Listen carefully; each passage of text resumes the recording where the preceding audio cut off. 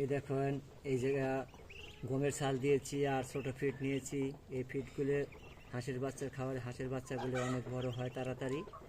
আর এই বাচ্চাগুলো উঠানোর আগে আমি 10টা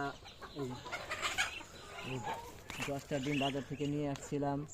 সেই ডিমগুলো মুরগির পেটে দিয়ে সেটা বাচ্চা উঠেছি। 4টা বাচ্চা উঠছে। এগুলো চীনা হাঁসের বাচ্চা। এগুলো অনেক অনেক এগুলো বড় হয়, অনেক ওজন হয়, 3-4 কেজি ওজন হয়ে যায়। এগুলো সে মুরগির পেট থেকে উঠাতে হয়। আর এই ডিমগুলো বাজার থেকে সংগ্রহ করছিলাম আমি।